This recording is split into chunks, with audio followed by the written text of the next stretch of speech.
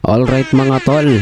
Ito pong nakakaraang mga panahon ay hindi po matagpuan si Senator Bato de la Rosa. Ngayon po makikita po natin na siya po ay namataan na naman. No? Pero sa pagkakataong ito mukhang iba na po ang kanyang galawan. No, lahat po ng yan ay pag-uusapan natin, pero make it sure muna na pinindot mo yung subscribe button and notification bell para updated ka palagi sa mga videos nating parating. Let's go!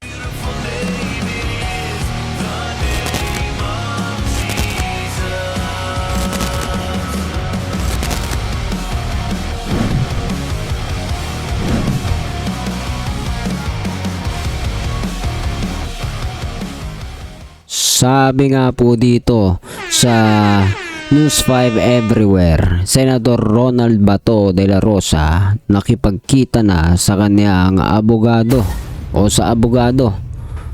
At sabi nga po dito, ayun si Bato.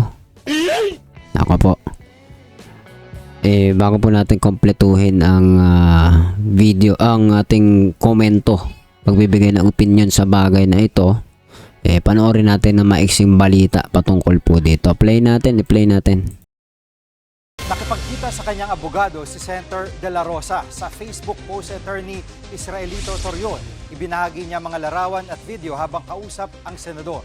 Sa caption, pinayuhan niya pa si Senator Bato na mag-ingat dahil marami raw na nanghahanting sa kanya. Hindi dinetali ni Torion kung ano ang kanilang pinag-usapan at kung saan sila nagkita. Mahigit isang buwan nang hindi pumapasok sa Senado si De La Rosa mula nang lumabas ang ulat na may warrant of arrest ng ICC laban sa kanya. Mga kapatid, Okay guys, so nakita naman natin, no? At narinig ng malinaw na mahigit isang buwan na palang hindi pumapasok itong si Bato de la Rosa.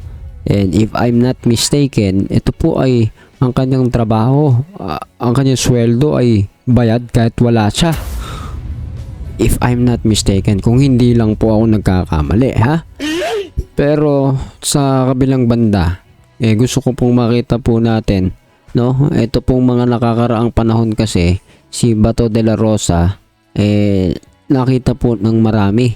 Ito po yung pinag-uusapan, no? Kung paano niya sinabi yung kanyang mga kataga, no? Tignan po ninyo maigi dito. Ikaw ba, Senator, hindi ka nangangamba dun sa pagpasok ng ICC sa bansa natin? Hindi ka ba natatakot? Hindi ako natatakot. Bring it on. Ayun po pala, bring it on. Bring it on, no? Ayun, no, malinaw, oh. Bring it on.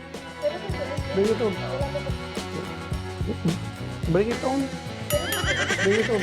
Okay guys, kitang-kita po. Kaya po siya nagiging meme ngayon kasi bring it on. Tapos ngayon, nagtatago na po. No? Hindi na po makita. At ayon nga po dito sa news report ng News 5 Everywhere, ayon sa attorney na ito. At attorney po ng bayan ito, ha? Actually, hindi po ng bayan, attorney ng KOJC, no? Attorney ng sino-sino ba naging attorney ito ng sino-sino mga tao, no? Sa KOJC, si kay Buloy, siya rin, no? Ngayon, nakikipag-unayan siya kay Bato, no? Sino kayang kumuha ng litrato dito? Naku, yari kayo, kinakalat niya talaga, no? Pinayuhan na nga po ni Torion na magtago, no? Wag sumunod sa tamang due process, pumasok sa trabaho, no? Parang nagkakaroon po ng problema dito, no? Kasi imbes na ikaw ay magturo ng tamang kasi naiintindihan mo, expected ka naiintindihan mo yung batas, naiintindihan mo kung ano yung tama at mali kasi abogado ka, 'di ba? Pero ang tinuturo mo immorality. Kung ang pag-uusapan ay tamang pagpasok ng trabaho, 'di ba? Ano pa ba? Tamang pakikipag-usap sa mga tao, pagpapakita na ikaw ay sincere, wala kang kasalanan, walang pagmamalabis, walang okay lahat sa kinatatayuan mo. No, mukhang hindi yun ang itinuturo dito, no? Bagkus, pinapakita na kailangan magtago. No? Tama ba yun na ituro ng isang abogado yan? No? Nagtatanong lang naman tayo, no? Na tama ba yun? Tama ba? Okay. So, Bato, pakinggan mo na lang yung abogado na pinupuntahan mo na si Torion na ikaw ay magtago. No? Kung tingin mo yan ay tama. Pero kung ako po ang tatanungin, no, mga kababayan, mga tol, no, para sa akin, kung wala kang kasalanan, hindi mo kailangan magtago. O ikaw ay nagiging tapat lang. Kung ano man mga kakulangan at kasalanan mo, handa mong harapin, 'di ba? Kung matino kang tao, hindi ka matatakot. Alam mo kasi yung Diyos mismo yung kasangga mo eh. Alam mo na ginawa mo in good faith yung trabaho mo. Pero pag pinapakita natin ay ganito, no? Una, sabi ko nga kanina, no? Hindi ko naman sure, no? Baka mali ako. Correct me if I'm wrong. Pagka ganitong hindi pumapasok ang isang senador, alam ko pagkakaunawa ko po ay may sahod pa rin yan, no? So, yung pa lang, malaki na kung sa mga kababayan natin yan. Question at kati sa mata, makati po yan, no?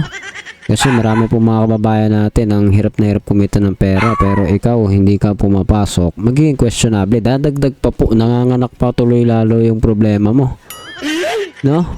Lalo pang nagiging yung imahe mo sa mga tao. Maganda, harapin mo, ipakita mo na wala kang kasalanan. Huwag kang matakot kasi diba, Diyos mismo ang mag-aano sa'yo. Hindi ka pababayaan kung talagang alam mo yun. Alam mong you acted in good faith nung panahon ng nakaraang administrasyon, diba? At ngayon nga po, bago po tayo magpaalam ng lubusan, ano pong masasabi ninyo dito na si Bato nakikipag-ugnayan dito kay Israelito, no? Tama ba? Israelito Torion na abogado rin po ni Kibuloy. Kung di po ako nagkakamali, again, ha? Siya po ay abogado ni Kibuloy, kung di ako nagkakamali. Ngayon, parang lumalabas, sumasangguni ito pong si Bato kay Torion din, no? Ano po masasabi ninyo dito na tila pinapayuhan na marami nang hunting sa kanya, no? Tingin ninyo tama ba yon na siya ay magtago, siya ay hindi magpakita ng ganyan? Yan ba ay formality wise and yung sinceridad ba, nakikita ba natin diyan? Ako po, questionable sa akin yon. Lalo pong nadidiin siya lalo tuloy, no? Sa patas ng tao, sa mata ng Diyos, ano ba yung ano talaga dyan, no? Ano talaga yung heart mo dyan? Nagiging questionable sa atin lahat dyan, no?